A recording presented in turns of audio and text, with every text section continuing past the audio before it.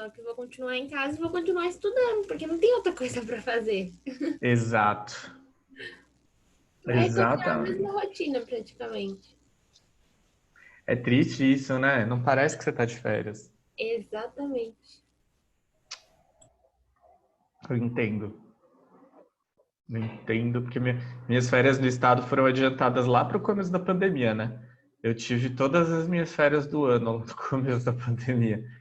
Aí, ai, gente, é horrível, porque eu fiquei em casa, né? Não podia fazer mais nada, só ficar em casa. Ô, professor, meu namorado, ele teve férias no começo da quarentena. Ele estuda na FATEC. Ele teve férias no começo da quarentena e teve aula esse período todo. Quando essa é a última semana e ele vai entrar de férias de novo. Nossa, que inveja! Vai entrar de férias de novo. Eu reclamo, mas eu vou confessar para vocês que eu adoraria entrar de férias de novo, gente, porque, nossa, precisava.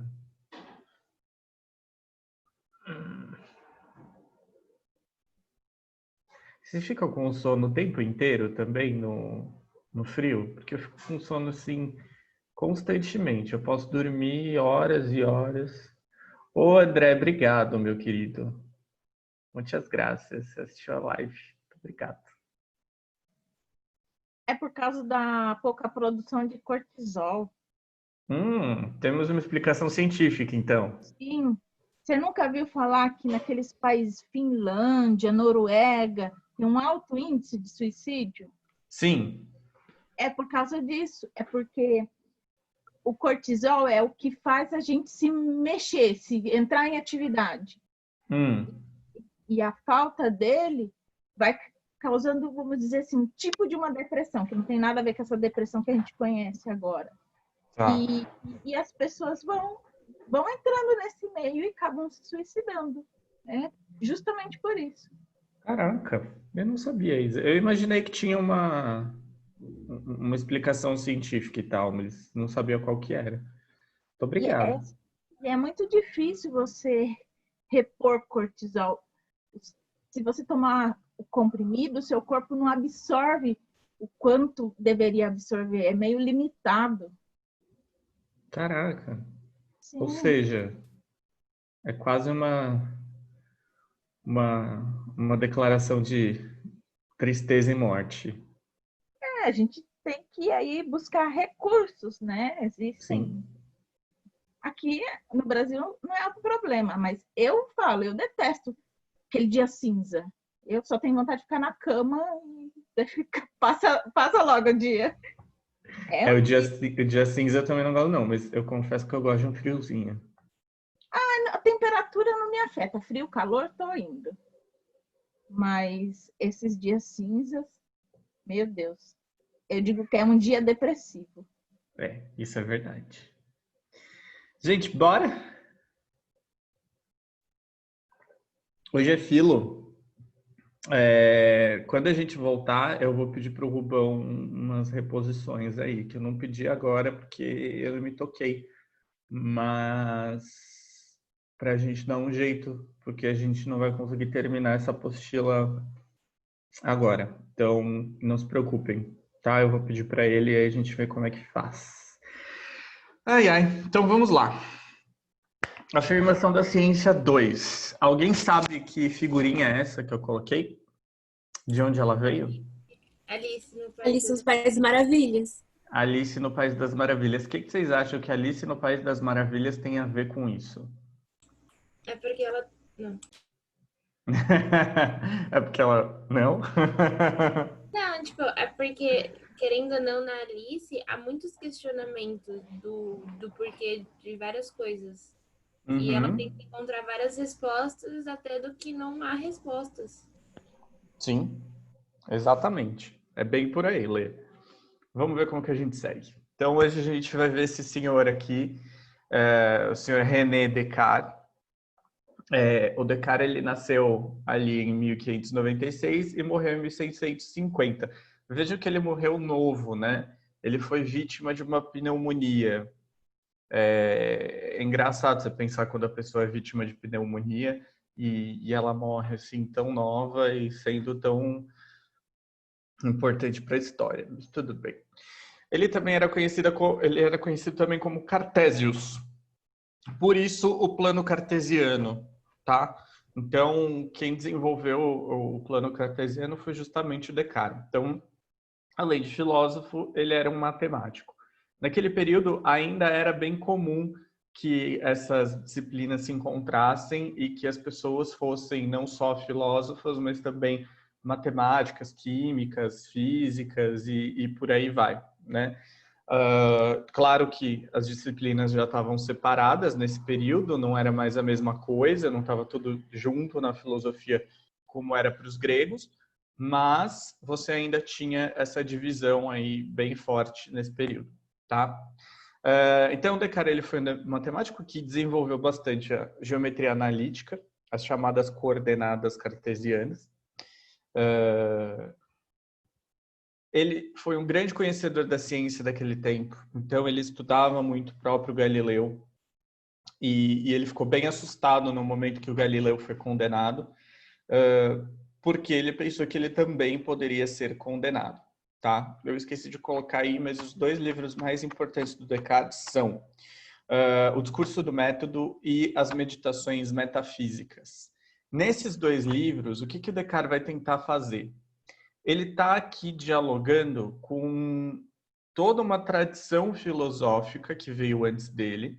E aqui é importante dizer que a grande tradição filosófica daquele momento era o tomismo aristotélico. Então, Tomás de Aquino e Aristóteles, tá? Então, era uma filosofia cristã ainda, muito forte, com bases em Aristóteles, tá?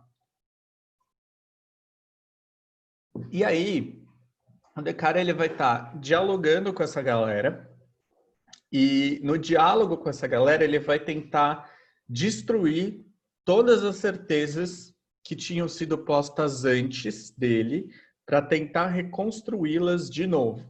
Então, o Descartes vai ser o cara da derrubada de todo um período filosófico aí para construir um novo. Ele é o grande cara da filosofia moderna. E ele é considerado um dos grandes, né, filósofos, dentre todos os filósofos aí. Ele anda ali do ladinho do Platão, do Aristóteles, do Marx, do Kant. Então, ele vai ali lado a lado com essa galera. Tudo bem. O que vai acontecer é, depois que o Galileu é condenado, ele é convidado pela rainha Cristina da Suíça para ir morar lá. Ele aceita, vai, e aí ele está na Suíça, como a gente estava dizendo agora há pouco, frio pra cacete, e neste frio ele ganha de presente uma pneumonia, e a pneumonia naquele momento matava, e matava real, oficial. Então, lá se foi o pequeno René Descartes.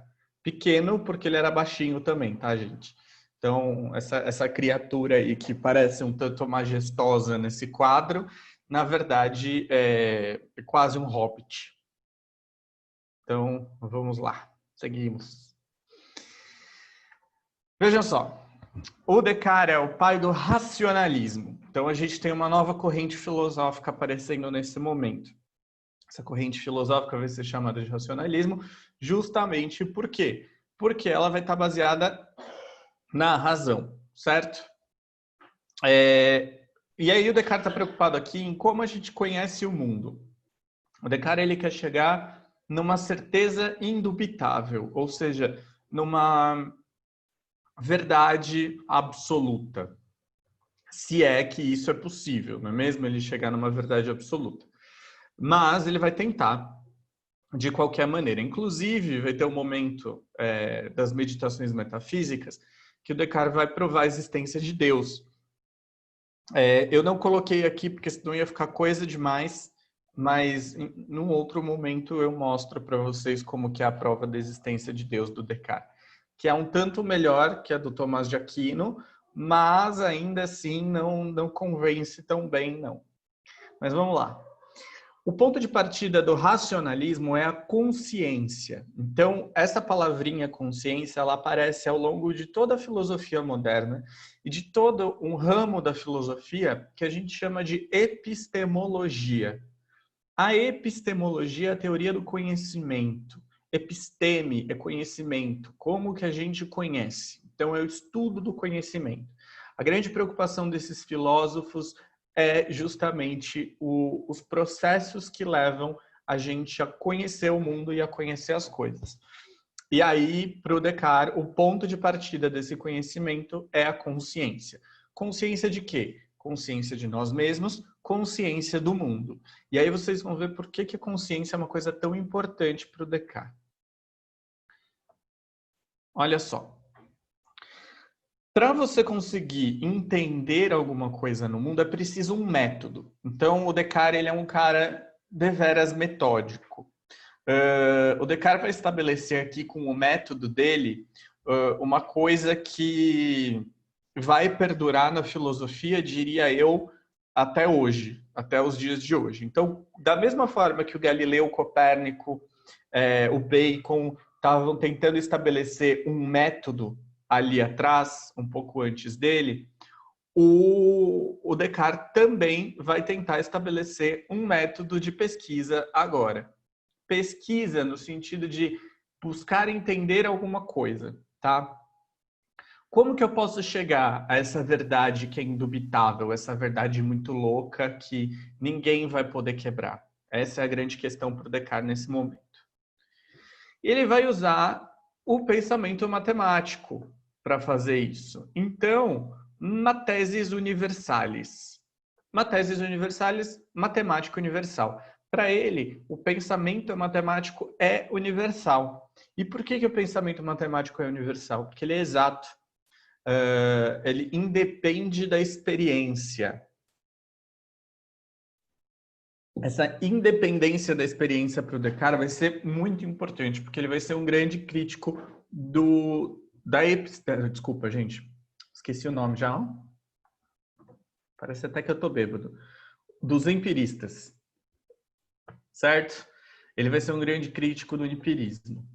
Então, olha só. O pensamento matemático, ele tem em si aquilo que o Descartes chama de ordem e medida. Certo?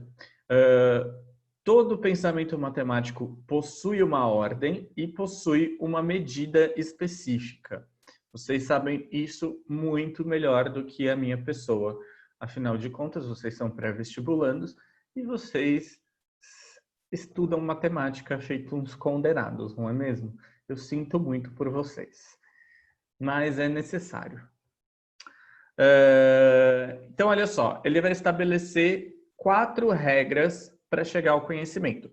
Se o pensamento matemático ele tem ordem e medida, então eu preciso de regrinhas. Da mesma forma que eu tenho regras na matemática para chegar a certas respostas, a certos resultados, eu vou ter também aqui algumas regras para que eu consiga desenvolver o meu pensamento e chegar a algum lugar.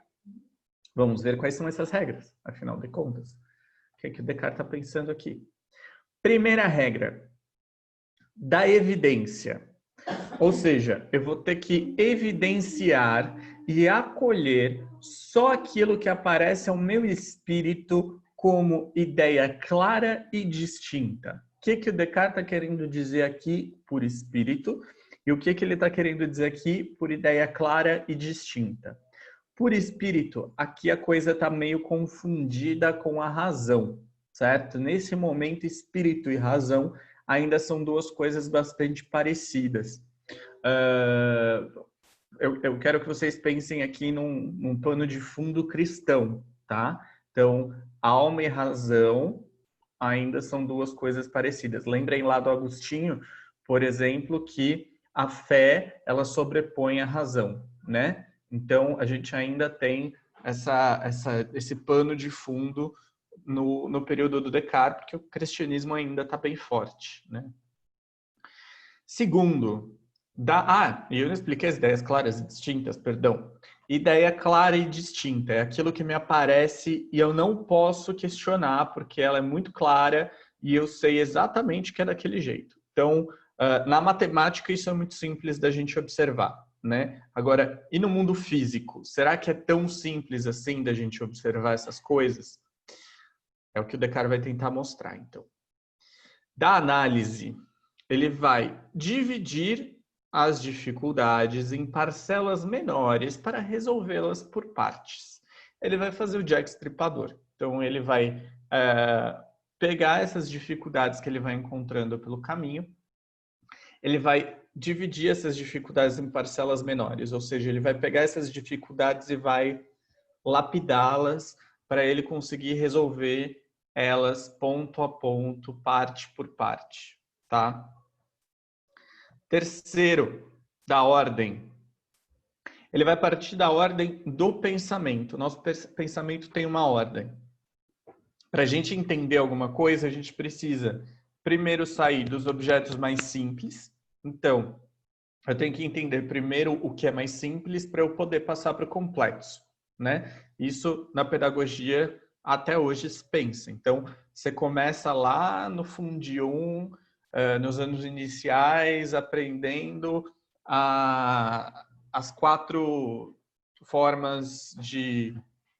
Esqueci o nome de novo, mas adição, multiplicação, divisão e quantia de menos, subtração, certo? Então, as 4 operações básicas, é isso que eu quero dizer. Então, a gente começa lá no Fundi 1 aprendendo as 4 operações básicas, e aí a gente vai se desenvolvendo para coisas mais e mais complexas, até a gente chegar na faculdade, no mestrado, no doutorado, no pós-doutorado, e enfim, atingir coisas muito mais complexas, além daquilo que a gente já conhece. Quarto, da enumeração. Então, depois que ele fez tudo isso, ele vai fazer revisões gerais para ter certeza que ele não omitiu nada que seja importante para ele chegar nessa verdade indubitável, tá? Pode falar, Lê. Di, o 2 e o 3 não são praticamente a mesma coisa? Por quê?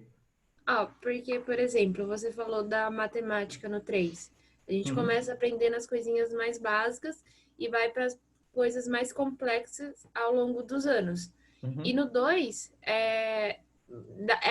há uma divisão de parcelas menores para resolver as partes. Ou seja, eu vou sempre resolver do mais fácil, o que tem menos dificuldade, para o que tem mais dificuldade. Então, eu não poderia entender que da análise e da ordem são praticamente a mesma coisa? Não, porque, veja só, quando você está falando de dividir as coisas para resolvê-las, você precisa pensar no processo de aprendizagem e de entendimento da pessoa. Então, por exemplo, para uma criança, as 4 operações básicas são muito difíceis, porque ele nunca viu nada parecido com aquilo. Enquanto que para um adulto, não eu, é claro, mas um adulto que tem aprendido matemática de forma correta durante a vida, essas 4 operações básicas já não são mais difíceis. Então, não adianta, por exemplo, eu pegar as 4 operações básicas, que são básicas, mandar para essa criança resolver e aprender essas 4 operações básicas ao mesmo tempo. Eu preciso dividir as 4 operações básicas. Então, primeiro ela vai aprender a adição, depois ela vai aprender a subtração, depois a multiplicação e, por fim, a divisão. E o que decorre disso? Então, o que o Descartes quer dizer é que eu vou pegar uma coisinha e vou dividir. Para a gente que é professor, é muito simples pensar nisso, porque é basicamente o que a gente faz. Então, quando eu pego o Descartes para falar com vocês, por exemplo, eu dividi o Descartes em várias partes. Porque se eu jogar o Descartes numa fala só, fica mais complexo. Então, eu tenho que ir lapidando o Descartes para eu passar para vocês. Entendeu? A diferença é que eu vou sim, a ordem e a análise, elas se complementam. Não é nem que elas são a mesma coisa, elas se complementam. Todas essas 4 regras, elas têm que se complementar para formar um método. São etapas de um método. Deu para entender? Então, no caso, esse método, ele é individual? Individual em que sentido, Lê? Como posso dizer? Pensando nisso que o senhor falou, da criança, por exemplo. Para uma criança é muito difícil entender a matemática básica. mas para Uhum. um adulto já não. Então, de certa forma, esse método ele se torna individual, porque de uma forma ele será aplicado de uma forma diferente em uma pessoa, no caso numa criança, de uma forma diferente aplicado num adulto. Sim, sim. Nesse sentido, sim. É, o Descartes ele está pensando em como chegar a uma verdade. Eu estou usando a analogia da aprendizagem aqui livremente, tá? Não é um Aham, exemplo que o próprio Descartes usa. Eu estou usando para deixar mais fácil. Mas ele está pensando em chegar numa verdade indubitável. Eu acho que na hora que eu mostrar o pensamento dele, a ordem do pensamento dele, para chegar nessa primeira, pelo menos, verdade indubitável que ele encontra, o método vai ficar mais claro. Então, vamos dar um tempo que aí eu acho que você consegue ver na prática. Pode ser? tá bom, Tá. obrigada. Nada. Ó, o Glaucio me enviou uma questão por extensão de atividade de nível de complexidade. Como assim, Glaucio? Você está pensando em educação mesmo?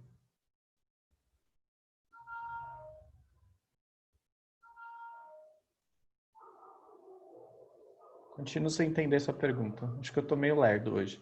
Eu vou seguindo e aí depois a gente conversa isso. Aqui está. Vamos lá. Eu não sei, se eu botar play aqui, vocês conseguem ouvir o áudio ou vocês precisam entrar no link? Não, conseguimos sim. Conseguem? Boa. Aham. Então, vamos lá. Eu quero que vocês prestem bastante atenção nessa conversa. É um trecho do Alice no País das Maravilhas do Walt Disney, tá? Do desenho. Não é do filme do Tim Burton, é do desenho do Walt Disney mesmo. Eu acho que talvez fique claro onde o Descartes quer chegar para vocês. Assim que ele resolveu começar, é claro.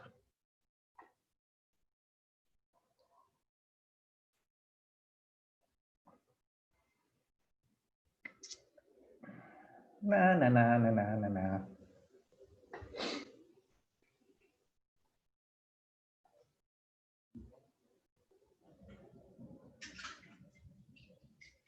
Agora foi.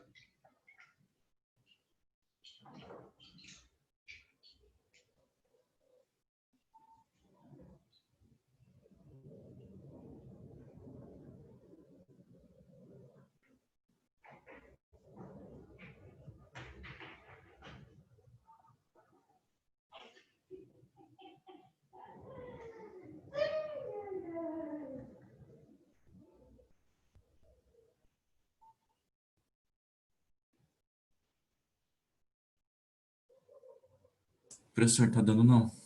Não? Uh-uh. Tá bom. Acho que a Então, forma como você compartilhou. não sei. E Nunca direto fiz. no YouTube. Será que Senão você tem que passar baixado pro PowerPoint. Ah, entendi. Que droga. Eu vou passar o link para vocês, então vocês assistem, pode ser? Eu acho que se você abrir no YouTube, eu acho que dá pra gente. Você acha que Tipo, você dá? coloca. Hã? Você acha que dá se eu abrir no YouTube? É, eu acredito que sim. Se Tá, você então abrir peraí. direto no YouTube mesmo.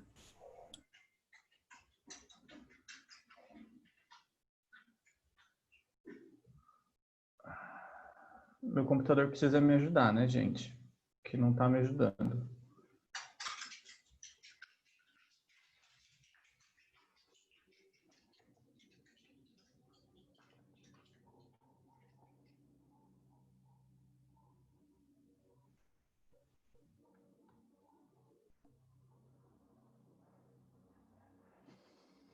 Ó vida!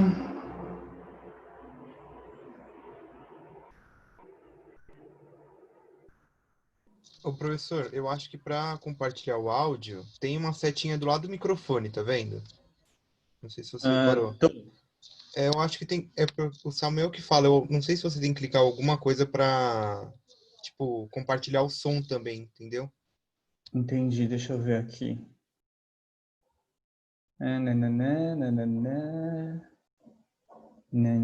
Leave computer audio.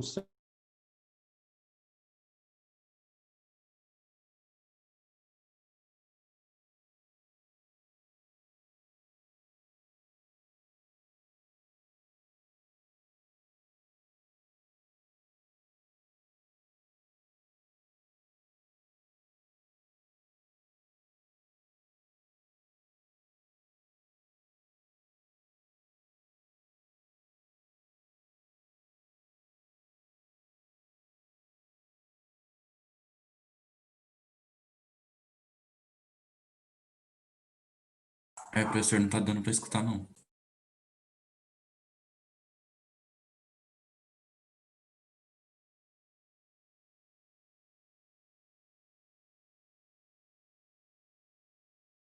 Professor? Ai, caraca, alguém tá me escutando? Sim, Sim. é ele que Ah, tá, tá. justo.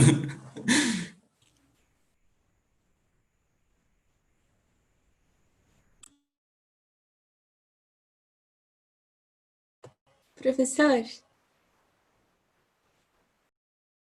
Eu acho que ele acabou desativando mesmo.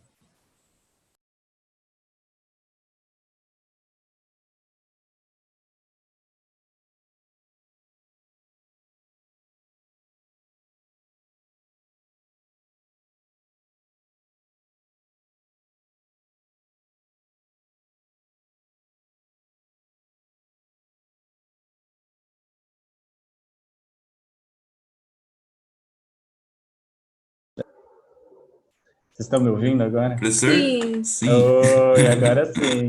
Não estava rolando, né? Não. Ó, tá aí, ó. O Samuel mandou o link do trecho. Se vocês puderem abrir aí, eu agradeço, porque eu fui derrotado. É bem curtinho.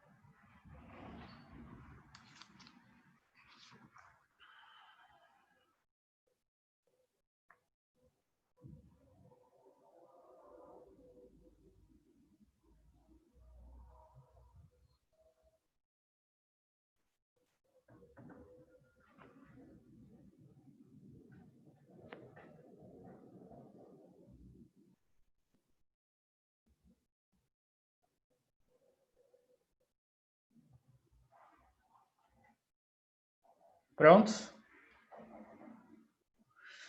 Certo. Então, olha só. Nesse trecho do vídeo, a gente vê a Alice conversando com a lagarta. Peraí.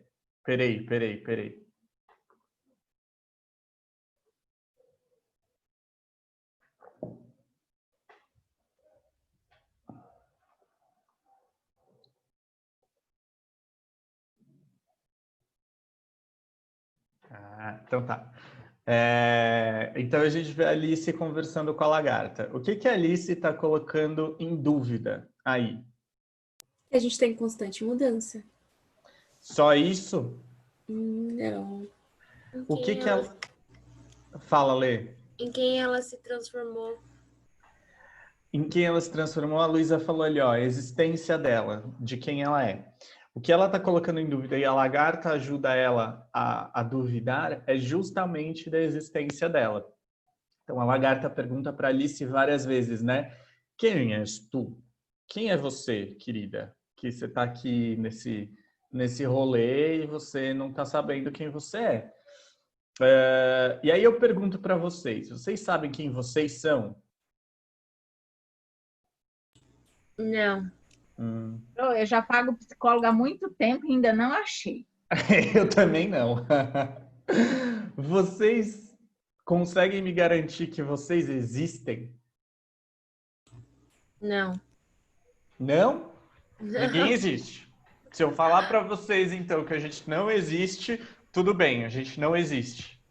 Acho que depende do conceito de existência.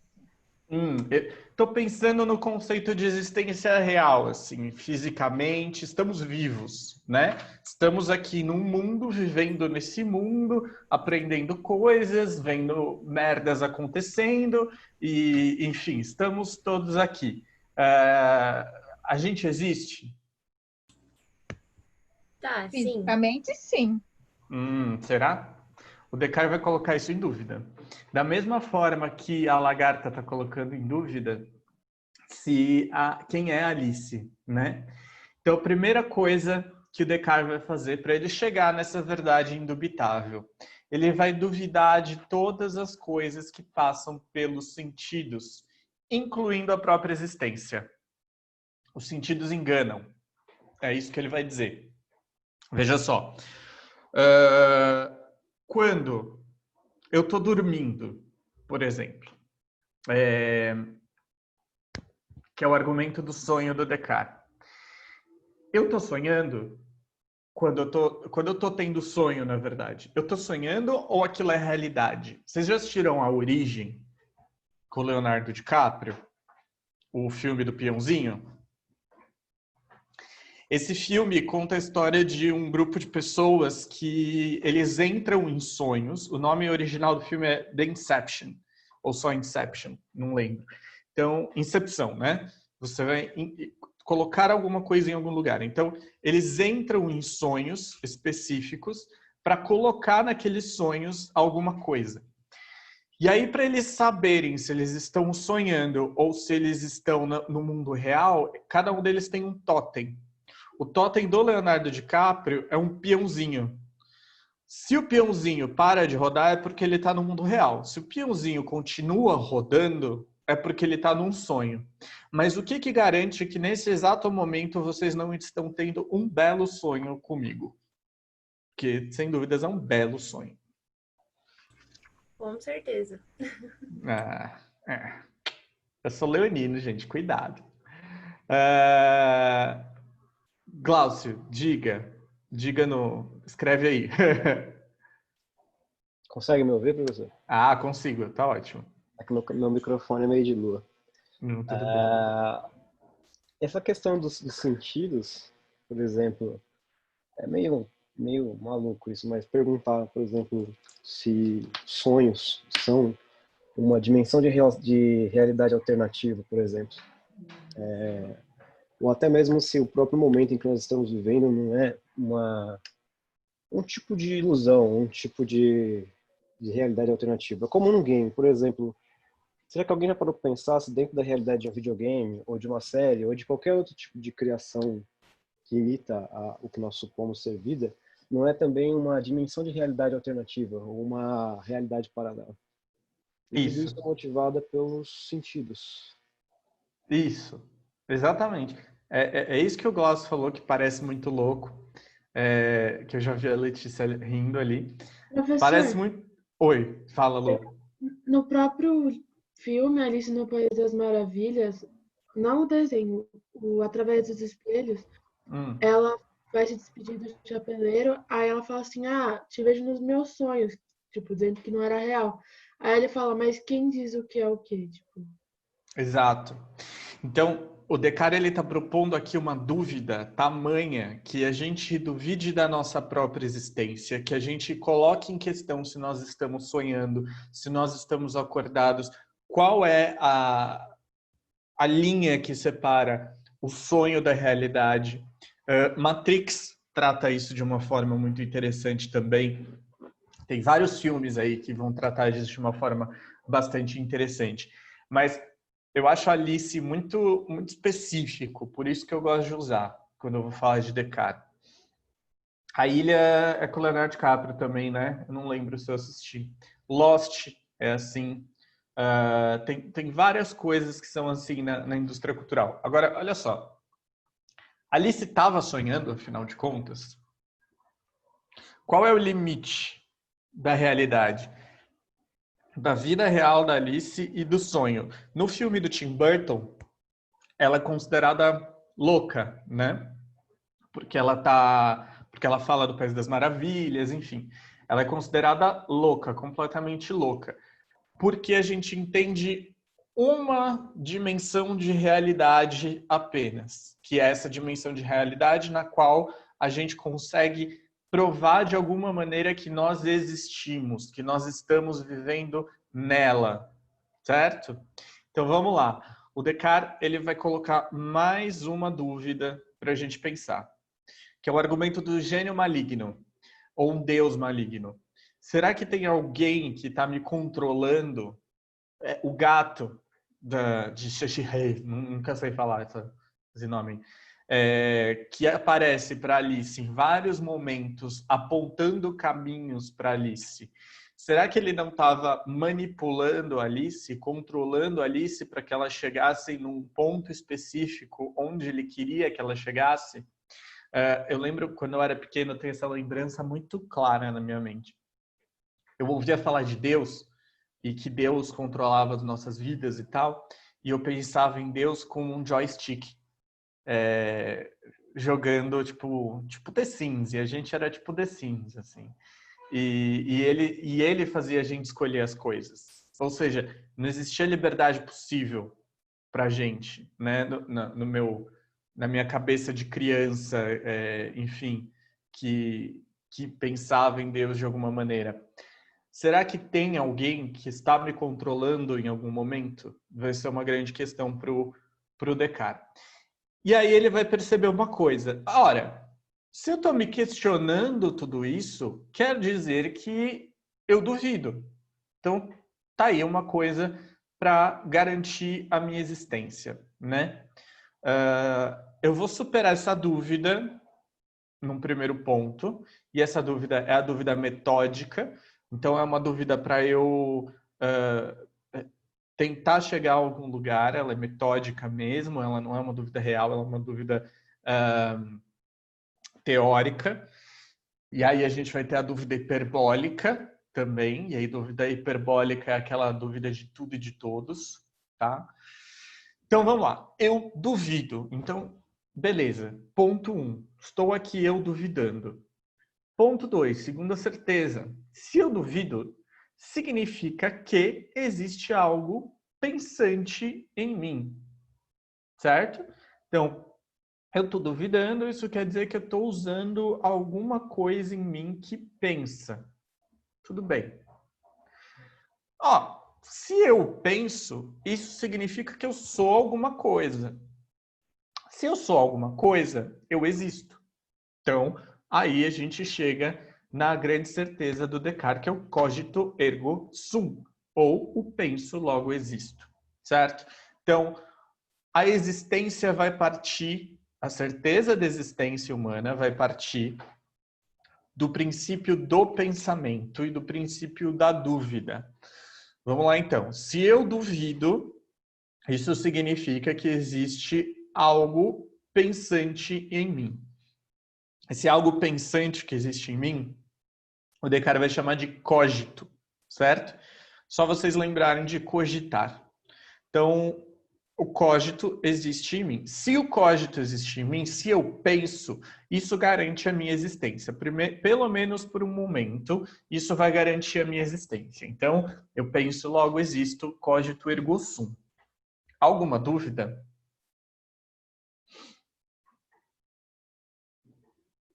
Ok. Não confundir penso, logo existo com ser ou não ser, tá? Ser ou não ser é Shakespeare, penso, logo existo é Descartes. Só sei que nada sei é Sócrates. Tem muita gente que confunde, por isso que eu estou dizendo. Então, vamos lá. Cogito ergo sum. O cogito, ele passa a ser aqui uma coisa que é puramente pensante. Ou seja, eu existo enquanto eu penso. Se eu deixo de pensar, eu deixo de existir. O que é a morte, afinal de contas, né? A gente pode se questionar isso aqui. Provavelmente a morte é o momento em que a gente cessa de pensar. Não tem mais trabalho mental, não tem mais trabalho físico, não tem mais trabalho algum. Então, é o momento em que a gente deixa de existir, tá? Essa é a primeira ideia clara e distinta que o Descartes vai encontrar para garantir o conhecimento do mundo. Então, para eu conhecer o mundo, isso significa que primeiro eu preciso garantir a minha própria existência. O ponto de partida de conhecimento do mundo é a minha própria existência. Tem alguém martelando aqui, tá atrapalhando? Não. Não, Tá. professor, sem problemas. Tá Tá bom. tranquilo. Beleza, então. Então, para eu conhecer o mundo, eu preciso ter certeza da minha própria existência. E aí, a partir daí, eu consigo conhecer as outras coisas, certo?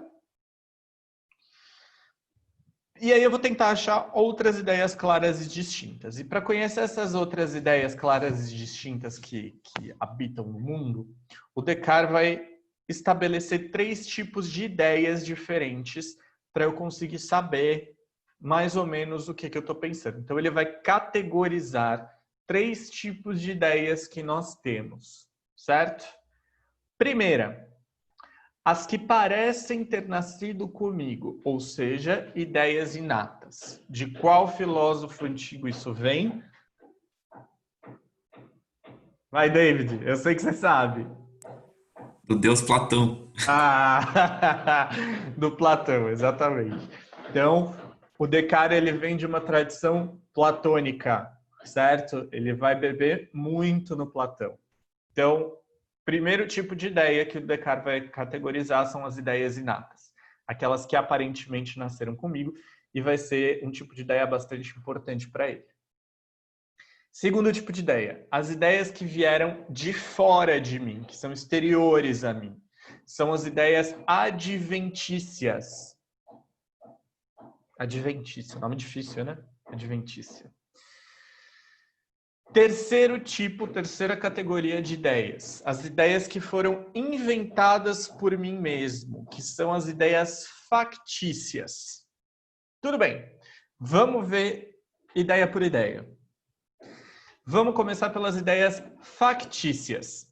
São as ideias que são criadas por nós mesmos, a partir da nossa imaginação.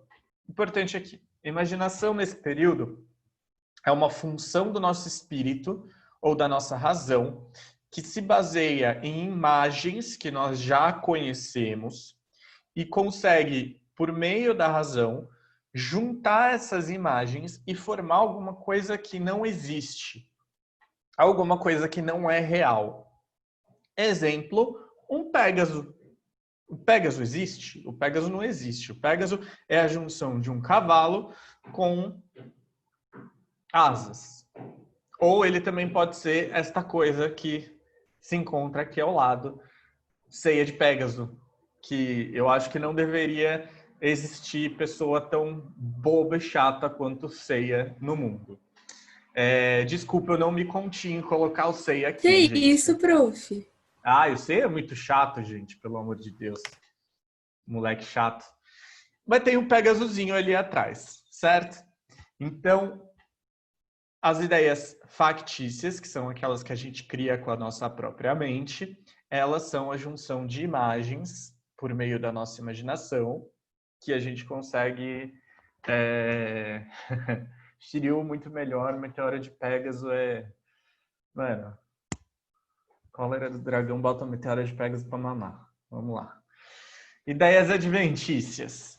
As ideias adventícias são aquelas ideias que a gente conhece por meio dos nossos sentidos, tá? Então aqui o Descartes está falando diretamente contra o empirismo. Ou ele está dando um nome para o empirismo, que são ideias adventícias.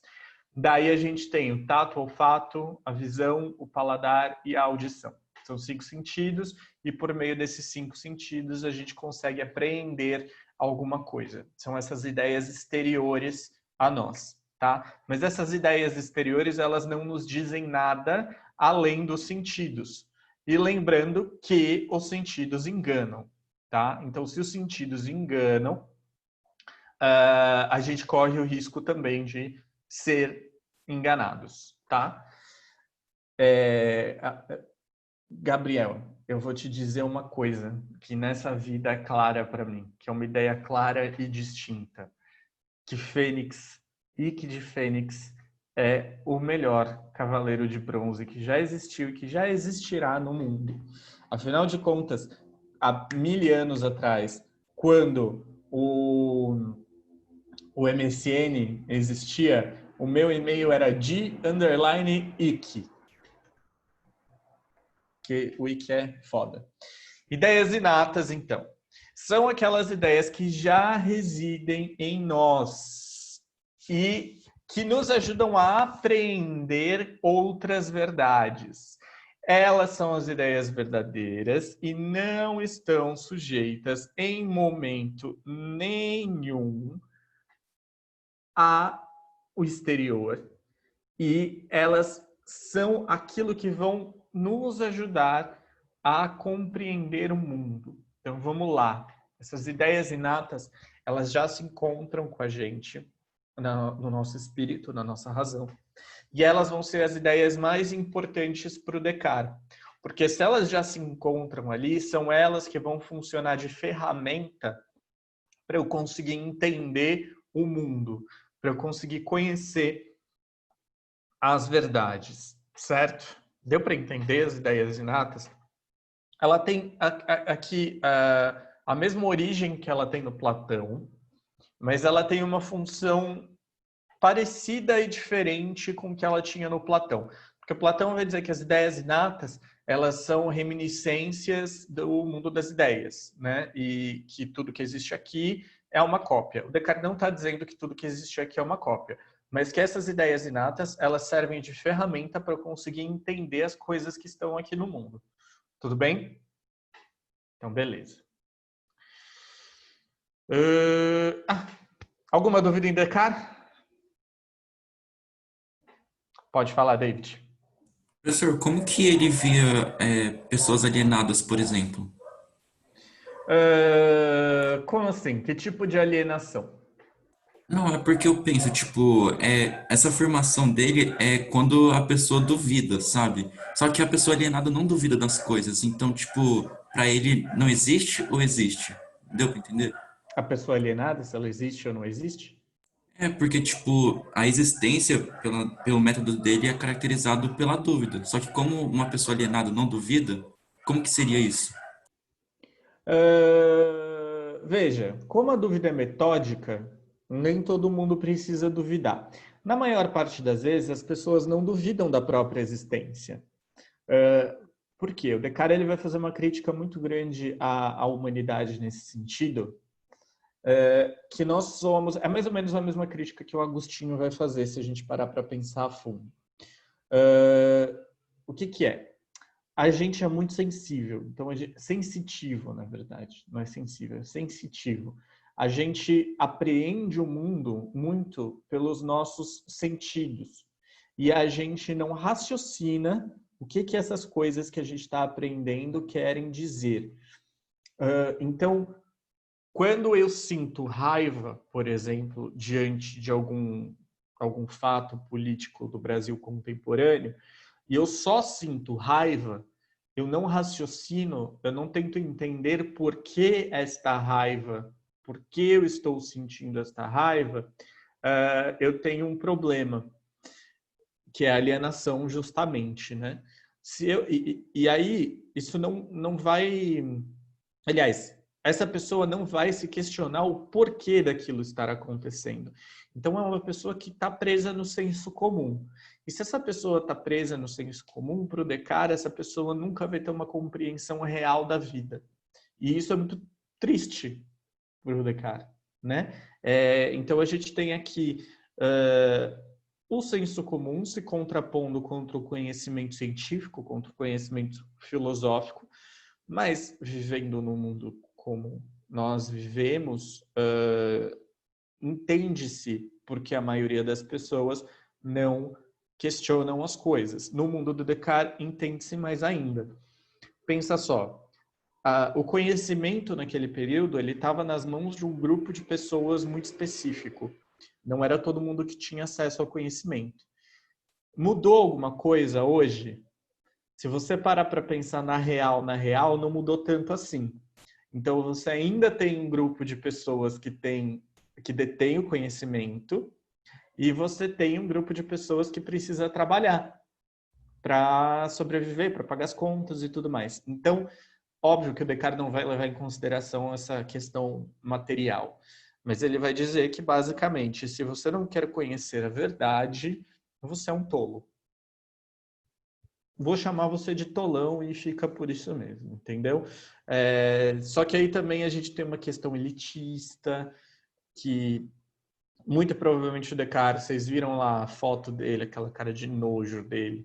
Ele não me parece aquele tipo de pessoa que está andando ali pela Suíça e vê os pobres pedindo pão para comer e dar uma paradinha para conversar com os pobres. Não me parece essa pessoa. Então, é um tolo. Aquele que não quer conhecer é um tolo. É só isso. Tudo Mas bem? não deixaria de existir, né? Só pelo fato de não duvidar. Não, porque isso é metódico. É uma tentativa... O questionamento, a dúvida da existência é para você desconstruir uma teoria que já foi dada e você conseguir reconstruir essa teoria depois. Então, de onde que parte o meu conhecimento? O meu conhecimento parte de mim, parte da minha razão. Então, para eu conhecer, primeiro eu preciso garantir que eu existo. É uma questão puramente metódica. Tudo bem? Beleza, valeu, professor. De nada. A intuição, Isa, é uma boa pergunta. Não sei te responder, não. Vou anotá-la. Mas eu creio que sim. Pensando aqui rápido, eu creio que sim.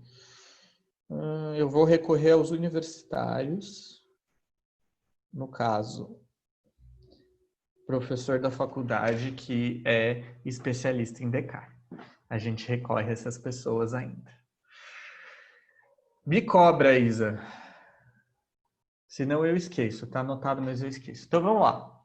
Se ninguém tiver mais nenhuma dúvida em relação ao Descartes, a gente segue para o próximo, que é o Sr. John Locke novamente. Vamos ver o Sr. Locke outra vez. Só que agora a gente vai ver ele de uma outra maneira, de uma outra forma, tá? Essa outra forma que a gente vai ver o Locke agora é a forma epistemológica do Locke. Então, o livro vai mudar. Então, como em sociologia a gente viu o segundo tratado sobre o governo, e aqui a gente vai ver sobre o entendimento humano, certo? Sobre o entendimento humano é um livro no qual o Locke vai tentar entender, assim como Descartes está tentando entender, como é que nós conhecemos, quais são as possibilidades de conhecimento humano que nós temos, certo? Então, vamos lá. Só um minuto. Não lê. Antes de eu seguir, você não quer abrir o microfone e falar isso daí? Eu acho interessante. Você me mandou no privado? Volta um slide, por favor, Gui. Volto. Aqui, no caso, o que a Isa falou sobre a intuição. Eu não sei, né, até que ponto tá certo ou errado. Mas, pelo que eu entendi, a intuição não pode ser considerada uma ideia inata porque ela está sujeita ao erro. Ela é como se diz, né? É uma intuição que é algo que eu tô achando, não é algo que é certo, concreto. Sim, pensando por esse lado, eu acho que pode ser. Isa, o que você acha? Faz sentido. Não tinha pensado por esse ponto.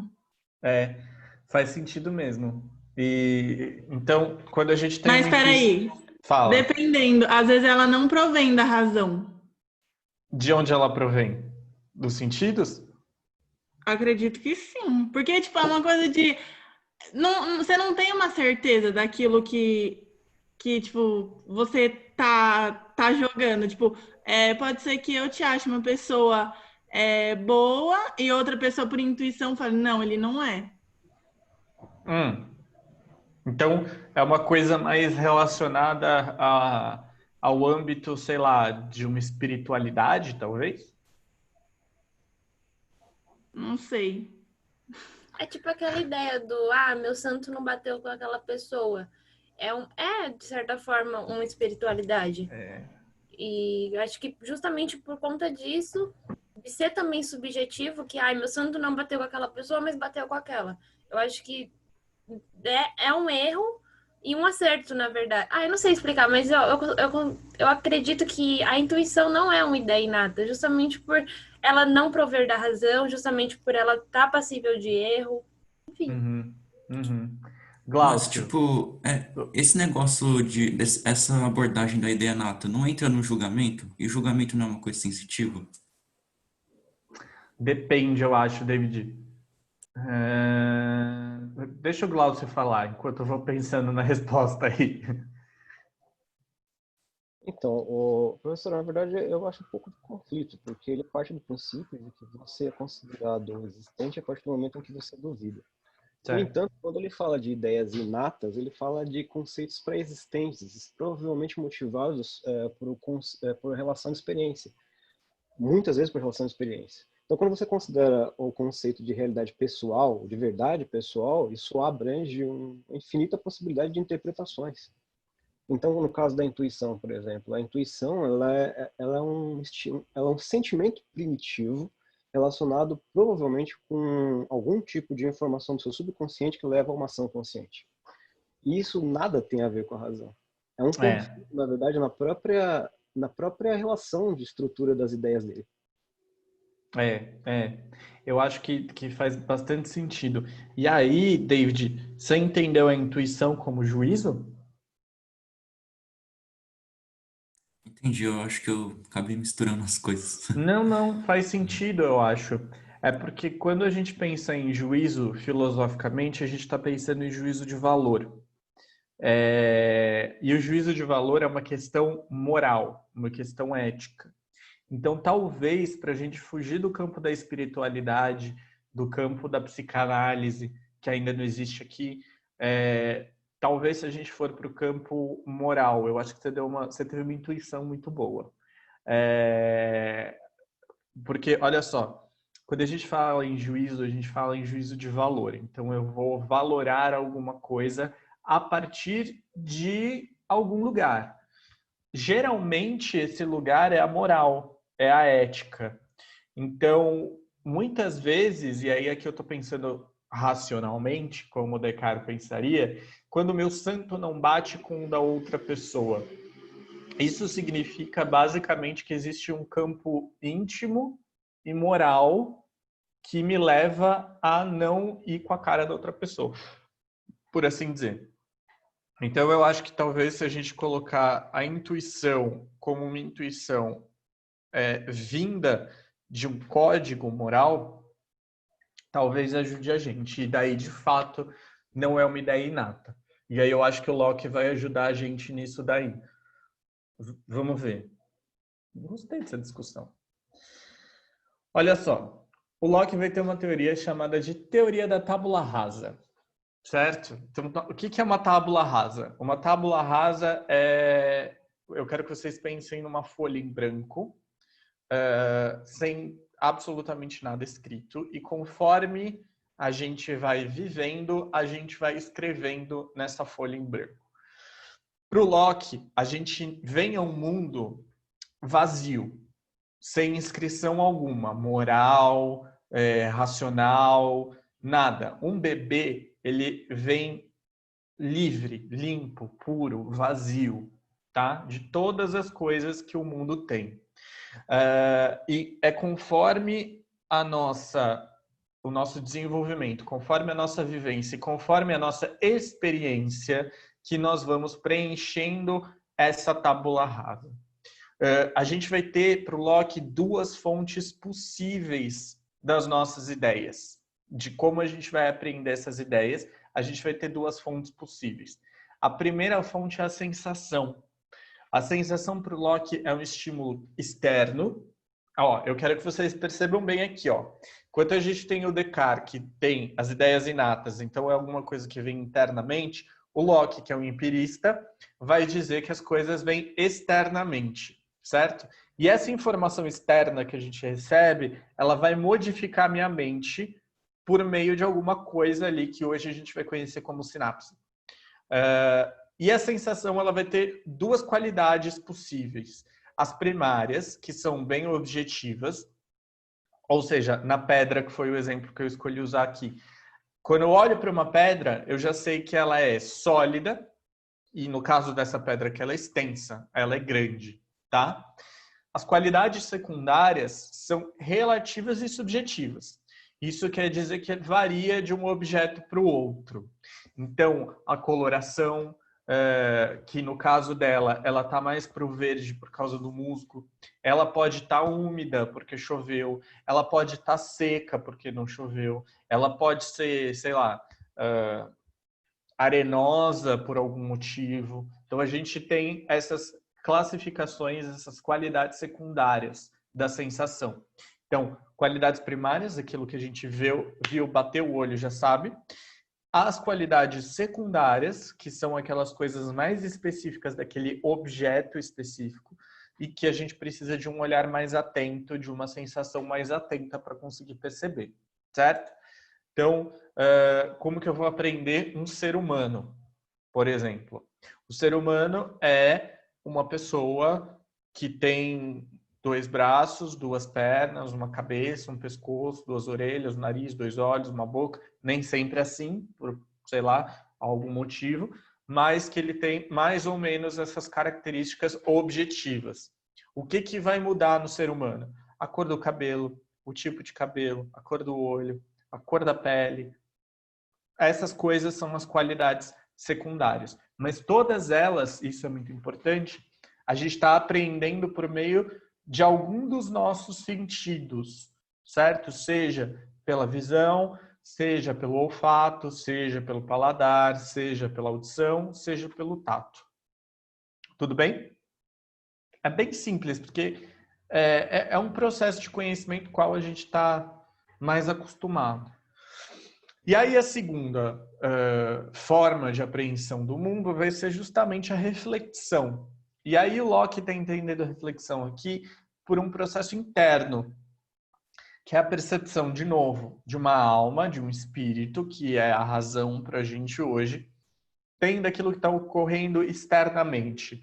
Então, vai ocorrer a partir de uma experiência externa e transformar ela numa experiência interna. Então, a racionalidade aqui tem a função de combinar as ideias simples e transformá-las em ideias complexas.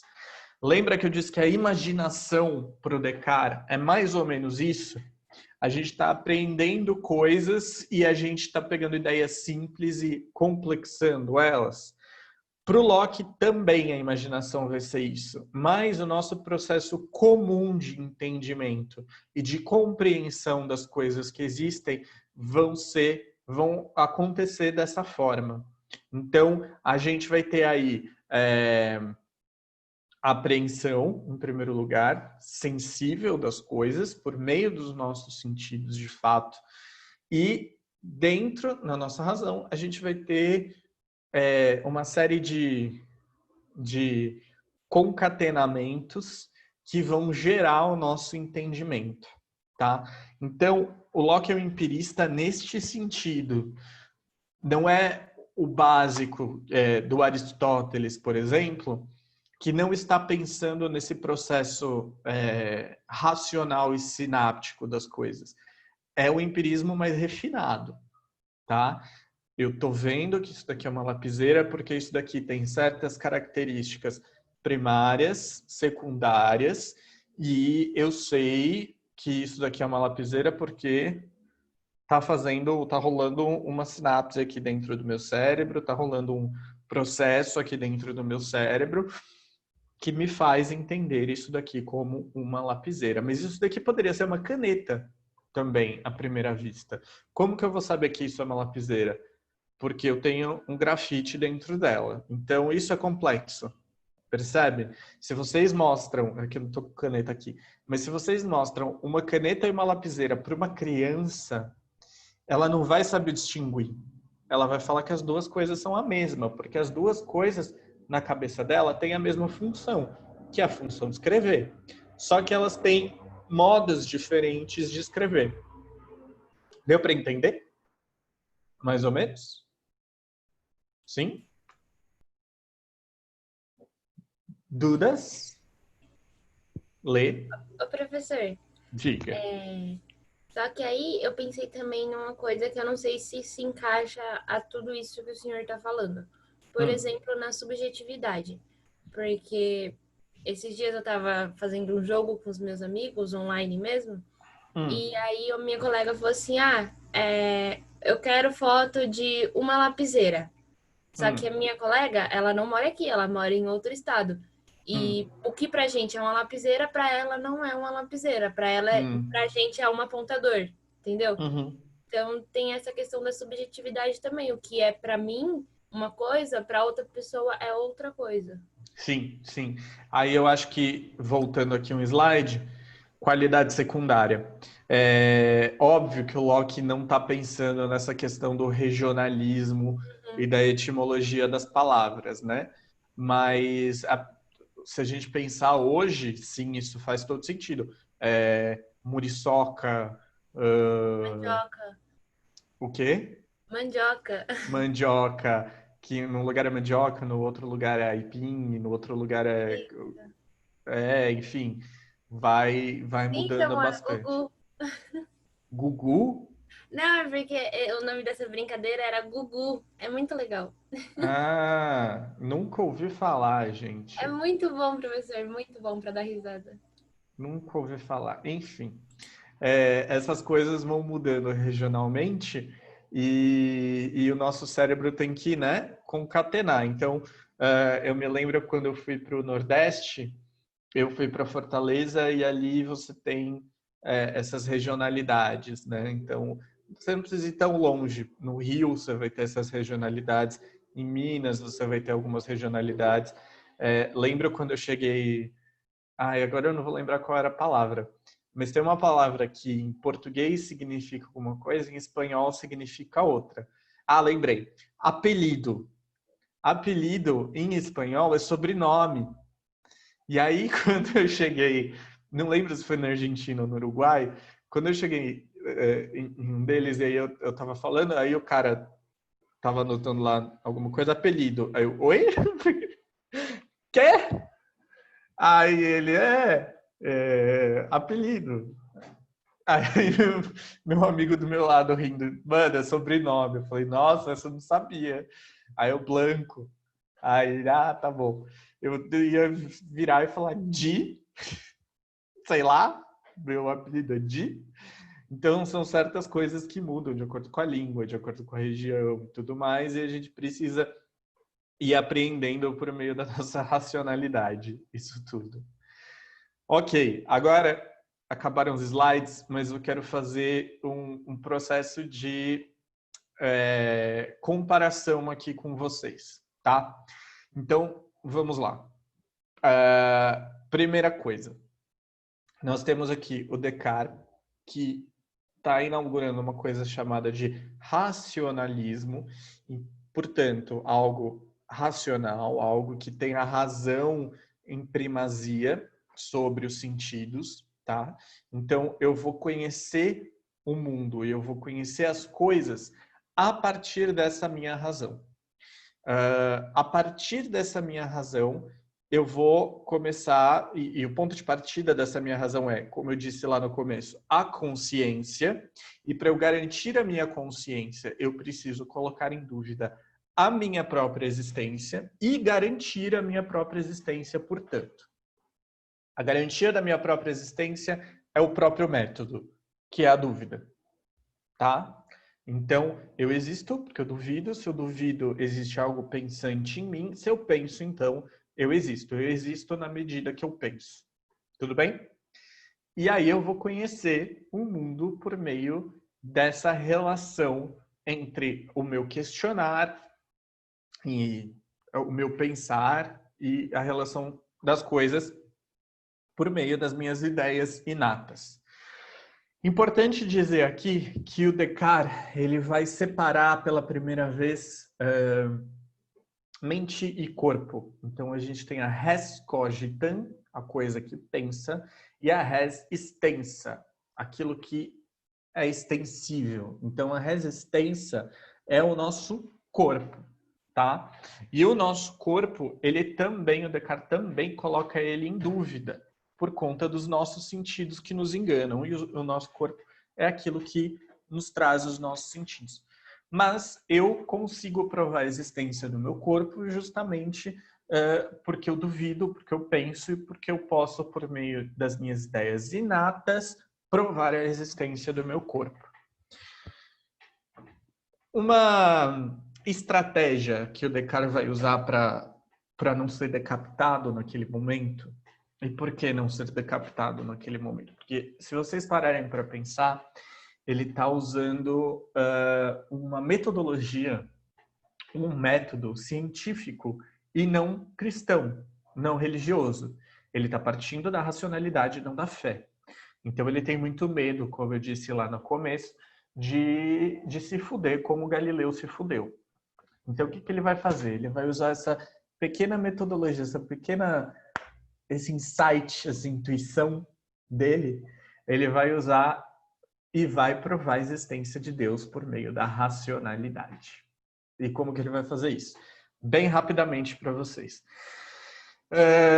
Eu tenho na minha mente a ideia de perfeição, que é uma ideia inata, certo? Se eu tenho a ideia de perfeição na minha mente, isso quer dizer que só uma coisa perfeita pode ter colocado essa ideia de perfeição na minha mente.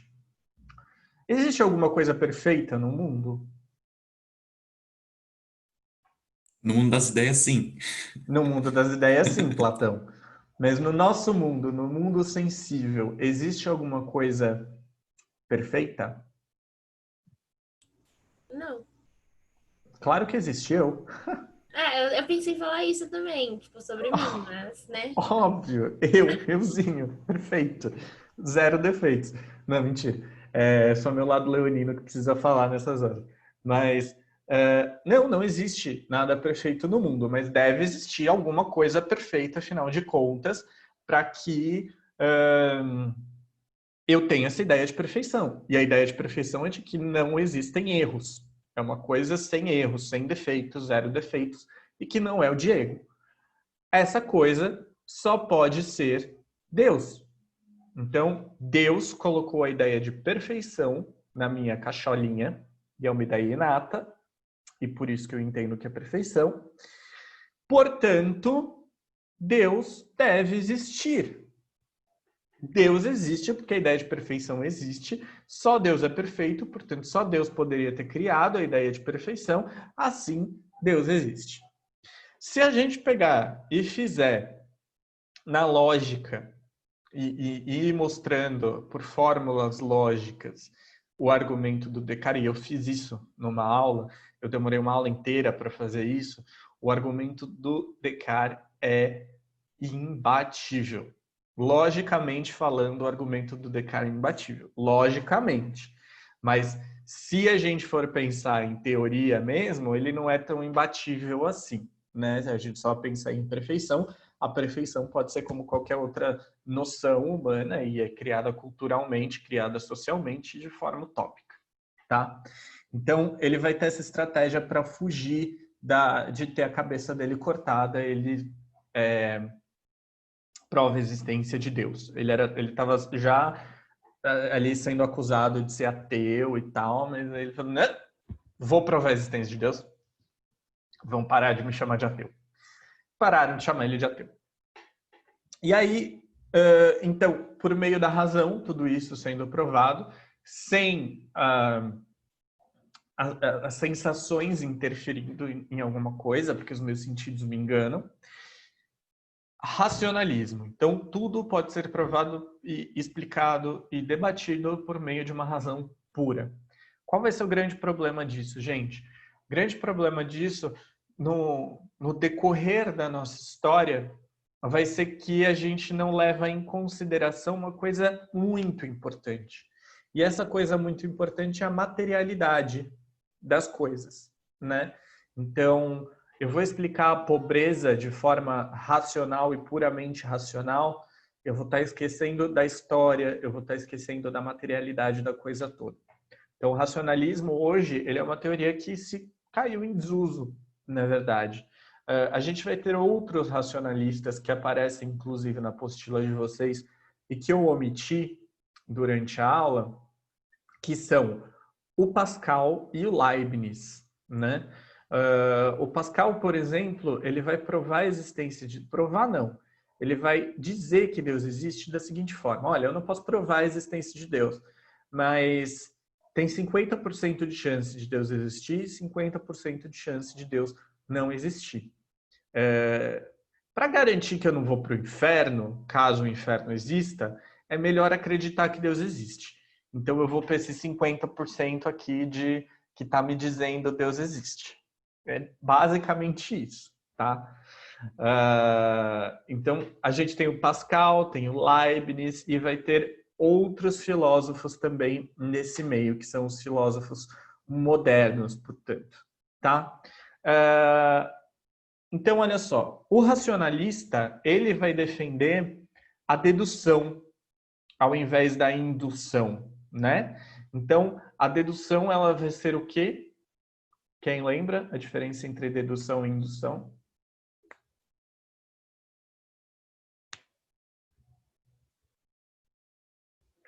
Dedução vai partir de um todo, de uma teoria, para explicar as partes. E a indução vai partir das partes para chegar a uma teoria, tá? Não se esqueçam disso, isso é importante. Então, dedução parte de uma teoria já pré-formada e vai analisando as partes, e a indução, ela vai partir das partes para chegar a uma teoria. Então, uma parte do todo para as partes, a outra parte das partes para a teoria. Já o empirismo vai ser indutivo. Ele vai ser indutivo justamente porque ele está partindo dos sentidos para chegar a alguma teoria real, alguma coisa que está ali. Tudo bem? Professor, pera. Pode falar. A dedução é do geral para as partes específicas, mas tipo, Isso. o próprio Descartes, ele não defendia a divisão das coisas, então tipo, não Mas seria ele o contrário. Ele já está partindo de uma teoria. É um método. Ele parte de um método específico, que é uma teoria, para ele conseguir chegar nessas partes. A divisão das partes é uma mera formalidade metodológica para provar uma coisa que ele já sabe. Ah, tá, legal. Entendeu? É diferente de eu partir da observação e tentar entender aquilo que tá acontecendo. Lembra do cisne? Eu estou partindo da observação dos cisnes para chegar à conclusão de que todo cisne é branco. Mas se aparece um cisne negro, minha teoria está ferrada. Certo? Alguém tem mais alguma dúvida?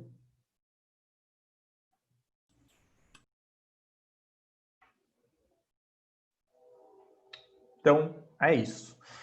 Gente, descansem. Coloquem esse coraçãozinho para se aliviar um pouco durante este período aí. Eu sei que não é muito, mas ainda assim é um alíviozinho, é um alentozinho. Deem uma diminuída no ritmo. É isso que eu posso dizer para vocês. É claro que vocês não tendo aula, o ritmo já diminui consideravelmente, né? Mas deem uma diminuidinha no ritmo, tá? Se vocês precisarem de alguma ajuda, tiverem alguma dúvida durante esse tempo, fiquem à vontade para me chamar. Porque eu estou de férias aqui, mas eu estou trabalhando ainda de lá. Então não tem problema nenhum, vocês podem me chamar, tá? Eu estou à disposição de vocês quando vocês precisarem. Se eu demorar um pouquinho para responder, vocês já sabem, eu vou responder em algum momento, tá bom? Ô, Lelê! Beijo, amor. É pouquinho tempo. Daqui a pouco a gente se encontra de novo. Tudo bem? Imagina, gente. Imagina. Ai, Obrigado, hein, professor. Imagina, gente. Então, sei lá, 15 dias, não é 15 dias? Um mês. Um mês. Um mês. Um mês. Daqui a um mês a gente se encontra, gente. Fica tranquilo, pouquinho tempo. A gente vai voltar aí perto do meu aniversário. Olha só que coisa linda. O Leonino já tá, né? Ó, faço aniversário dia 5 de agosto, não se esqueça. Cadê a festa?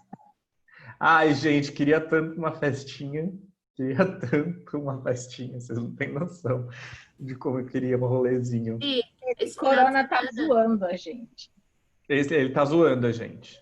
Tá zoando mesmo. Esse final de Fala, semana eu participei da minha primeira festinha online. Ah, e aí, como é que foi? Ai, é muito estranho. É estranho, né? Tipo, algumas pessoas com bolo, outras não. Ai, muito triste. Exatamente. A gente fez para um amigo meu uma festinha online. A gente até mandou um whisky para ele de presente. E ai, foi bem estranho. Foi bem estranho mesmo. Mas, gente, eu vou confessar uma coisa para vocês. Na hora que puder ir para a praça, eu vou pegar minha máscara, meu álcool gel e vou para a Praça Roosevelt encontrar as pessoas, porque eu tô com tanta saudade de fazer isso que vocês não têm ideia. É muito louco isso. Não, beber cantinho do Vale não é comigo, Samuel. Vou beber uma cerveja mesmo. Gente, muito obrigado aí pelo carinho. Tô vendo as mensagens de vocês. Boas férias, descansem, fiquem de boa. Estarei voltando com o meu canal durante as férias de vocês. Então, dê uma curtidinha. Eu mando os links, tá bom? Obrigado, meus amores. Me chamem, qualquer coisa de verdade, eu tô aqui. Beijo, Tchau, boas Di, férias. muito obrigada. Tchau, Imagina, Di. Obrigada. Muito obrigado. Valeu. Boas férias. Obrigado pra vocês também, gente. E relaxem, David.